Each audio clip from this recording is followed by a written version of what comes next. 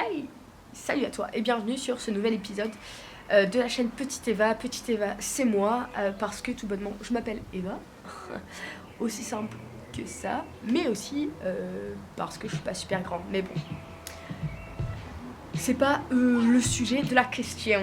Bref, alors aujourd'hui, j'ai décidé de revenir un peu, de faire une petite vidéo un peu cool, tu vois.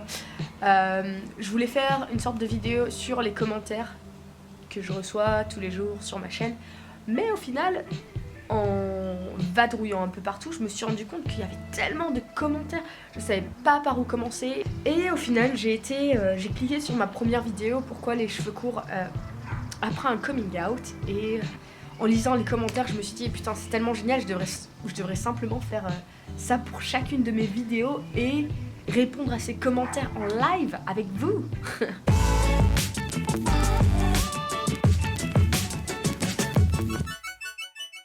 Du coup voilà, je suis posée au calme. Bon, alors le premier des commentaires c'est j'ai fait mon coming out il y a moins d'1 an. Et en effet, quelques mois plus tard, je n'avais presque plus de cheveux sur la tête. Bon bah c'est ce qui s'appelle... comment on appelle ça déjà? Ben je me rappelle plus, voilà.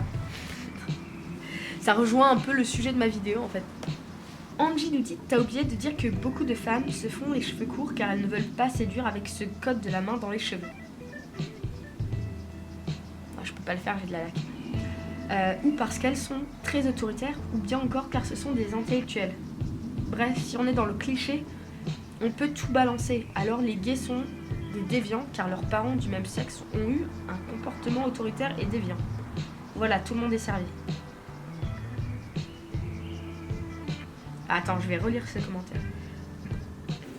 Alors, Angie nous dit, t'as oublié de dire que beaucoup de femmes se font les cheveux courts car elles ne veulent pas séduire avec ce code de la main dans les cheveux. Ou parce qu'elles sont très autoritaires, ou bien encore car ce sont des intellectuels. Bref, si on est dans le cliché, on peut tout balancer. Alors les gays sont des déviants car leurs parents du même sexe ont eu un comportement autoritaire et déviant. Voilà, tout le monde est servi. T'as peut-être raison, Angie. Attends, je vais relire ton commentaire. Ou parce qu'elles sont très autoritaires, ou bien encore car ce sont des intellectuels. Bref, si on est dans le cliché, on peut tout balancer. Alors les gays sont des déviants car leurs parents du même sexe ont eu un comportement autoritaire et déviant. Je comprends pas en fait ce que tu veux nous dire là. Je sais pas si t'es pour, si t'es con, si tu me clashes, si tu me clashes pas, si... rock your life. Tu es génial, une abonnée en plus pour toi. Tu es fraîche, dynamique, continue sur les LGBT, ça fait du bien. Je t'aime déjà. Merci pour ton commentaire. D'ailleurs, merci à vous deux avant pour vos commentaires, peu importe. Même si vous n'êtes pas d'accord ou quoi que ce soit, si vous avez des trucs à dire, de toute manière, ça fait vivre la chaîne. Et voilà, c'est fait pour ça, après tout, des commentaires. Écoute, rock your life, j'ai déjà aimé ton commentaire. Donc, mais si je le pouvais, je le re-aimerais. Voilà. Laetitia d'Absol. Je t'ai découvert par hasard et je trouve que t'as vraiment du charme. Stop it. Tes vidéos sont drôles et de bonne qualité, tu mérites plus d'abonnés. Bon, plus d'abonnés, je sais pas si je les mérite. En tout cas, moi, ce qui me convient, c'est juste vos réactions et le fait que vous puissiez parler entre vous et le fait que vous puissiez partager, en fait. C'est juste ça, genre le partage. Mais en tout cas, merci. Pareil, je t'envoie plein de bisous et j'ai déjà aimé ton commentaire, mais si je le pouvais, je le re-aimerais. Alors, nous avons Joe Barcella. Et je viens de découvrir ta chaîne en tant que mec trans pansexuel qui a un jour cru qu'il était une fille lesbienne. Je me reconnais pas mal parce que je me suis coupé les cheveux après avoir fait mon coming out lesbien. Et putain, qu'est-ce que ça fait du bien d'avoir les cheveux courts. Mais du coup, en tant que mec trans, ça me permet d'avoir un bon passing. Ouais, je pense en tant que gars, en tant que mec, ça doit certainement t'avoir aidé à comprendre un peu la genre féminine, j'imagine, parce que t'as eu cette expérience. Je suis d'accord. J'ai rien à dire parce que t'es d'accord avec moi, alors je suis d'accord avec toi, donc si on est tous les deux d'accord, ça veut dire que y a pas de conflit. Il y a Jade qui dit « Je suis bi et fière de l'être ». Good for you, Jade. Et après, t'as eu un petit clash là. Poupou. Ce que je vais dire n'est pas méchant, ne le prends surtout pas mal. Par Ricia. Mais je comprends pas les personnes qui disent ce genre de choses. Pour moi, être queer ne doit être ni source de fierté, ni de honte, puisque nous sommes exactement pareils que les hétéros. Après, je comprends ce que tu veux dire. J'espère que tu ne te vexeras pas simplement que les autres me répondent. Écoute, Jade, je te comprends dans le fait que tu sois fière parce que peu importe les identifications, non, comment on appelle ça? Peu importe les étiquettes, genre que tu sois femme, je sais pas. Je vais prendre mon exemple. Par exemple, je me sens fière d'être lesbienne, je me sens fière d'être femme, je me sens fière d'être métisse, je me sens fière d'être expat, je me sens fière d'être française, je me sens fière d'être végane, je me sens fière... Parce qu'en fait, tout ça, en fait, toutes ces étiquettes, en fait, ben... Il y a toute une histoire derrière ces mots, et t'as toute une histoire, t'as plein de gens qui se sont battus pour ça, ou pour essayer de... Ben, comment dire, pouvoir dire que t'es fier, pour pouvoir le montrer pleinement à l'heure actuelle, même s'il y a encore beaucoup de travail à faire, mais tout le travail qui a été fait pour qu'on puisse se montrer pleinement, sortir, ou avoir les mêmes droits que les hommes, ou ben il y a toute une histoire qui fait que c'est une sorte de sentiment en fait à l'intérieur de soi. Donc je comprends à la fois que tu puisses être fier de ça parce que ben je me sens fière aussi de ce que je représente. Je pense que c'est important parce que c'est aussi une sorte d'acceptation et de revendication. Mais je comprends aussi ton commentaire, parce que on est tous pareils. On est tous pareils, mais en même temps on est tous différents. Donc, le truc c'est que la fierté, je pense que c'est quelque chose... Déjà, je pense que c'est un sentiment qu'on pourrait jauger de la même manière que la joie ou la tristesse ou la peur. C'est un truc que tu ressens profondément, mais aussi parce que c'est une sorte de défense et une sorte d'attaque. Genre, si t'es pas fier de toi, ben t'es plus vulnérable, tu vois. Si t'es fier de toi, ben les gens le ressentent et il y a moins de brèches, tu vois, il y a moins de failles. Voilà, c'était le petit moment émotion. Bon, ensuite, White Like Daisy. Moi, Moi, j'ai pas coupé mes cheveux, mais je les ai décolorés. Du coup, j'ai quand même dû les couper. Du coup, j'ai coupé mes cheveux. Quoi? Attends. Moi, j'ai pas coupé mes cheveux. Je les ai décolorés. Du coup, j'ai quand même dû les couper. Du coup, j'ai coupé mes cheveux. Mais... What the fuck? Pourquoi? Clara, je suis une fille hétéro ou bi, je sais pas trop, et dans mon cas j'ai décidé de me couper les cheveux courts car je confirme, bordel, ce que c'est chiant, les cheveux longs. Merci. Julien, c'est exactement ce que j'ai fait mon coming out, je me suis coupé les cheveux parce que pour me sentir mieux, avec une coupe courte, mais juste j'ai quelques soucis, ce qui est de la base, on ne sait pas du tout, je suis une fille ou un garçon. Je suis une fille androgyne. Ok. Et tu t'appelles Julien. Non, je rigole. Je vais rien dire sur ton prénom. Je vais pas m'attirer les foudres de tout le monde là. Et donc les filles croient que je suis un garçon. Et quand je leur dis que je suis une fille, elles partent du coup. Maintenant, j'ai toujours peur de m'approcher des filles. Donc ça me permet pas d'avoir des potes filles et tout ça. Donc je sais pas comment ils pourraient me reconnaître. Et aussi comment ne pourrait savoir comment reconnaître une fille bi ou lesbienne. Oh putain, il y a tellement de questions là. Écoute. C'est vrai que c'est compliqué, ça dépend de ton style et tout. Ouais, je comprends ce que tu ressens. Écoute, moi j'étais longtemps, quand j'étais plus jeune, en fait j'ai été longtemps une tomboy, genre un garçon manqué. Enfin, ce qu'ils appellent ça, ce que la société appelle de garçon manqué. Et j'aimais bien cette non-identification. En gros, personne pouvait vraiment déceler si j'étais un garçon ou une fille.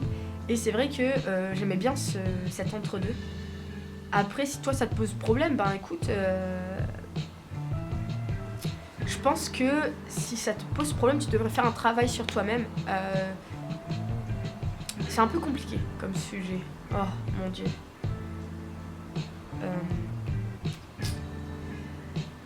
Je crois que ça demande matière à réflexion. Ça demande peut-être même une vidéo, tu vois. Va falloir que je réfléchisse bien sur la question là. Parce que il est bientôt 8h chez moi et je crois que mes neurones vont planter.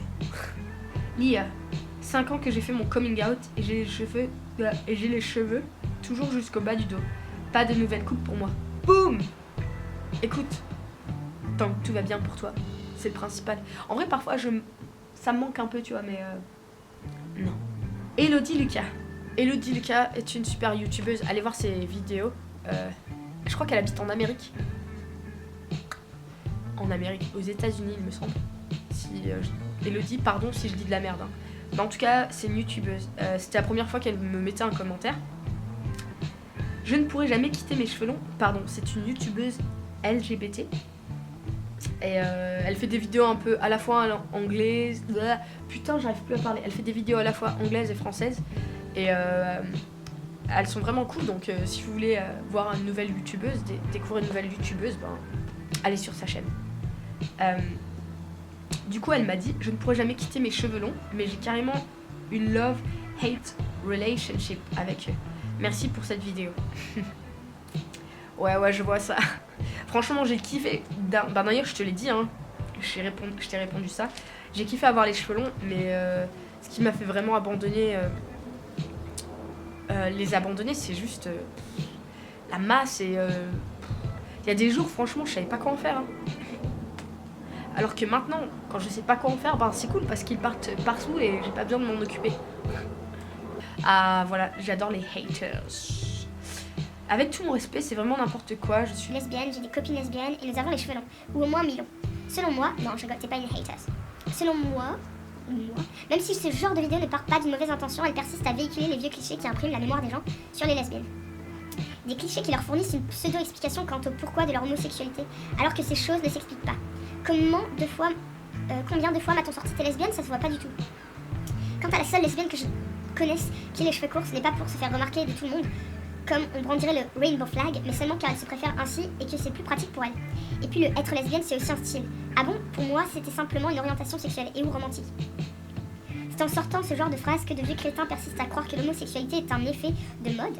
Heureusement que ta portée médiatique est plutôt réduite, sinon je t'explique pas les dégâts et l'image que tu façonnes de nous. Extrêmement déçue de voir que même les lesbiennes entrent dans un système normatif bourré de stéréotypes. Ne prends pas ton cas pour une généralité. Putain, la prochaine fois, au risque de dénigrer les lesbiennes invisibles et d'entretenir des idées fausses, préconçues et trop générales pour être appliquées à chaque individu. À bon entendeur. Écoute, Bloody Eva, merci pour ton commentaire. Merci pour ton commentaire. Écoute, j'apprécie ton commentaire.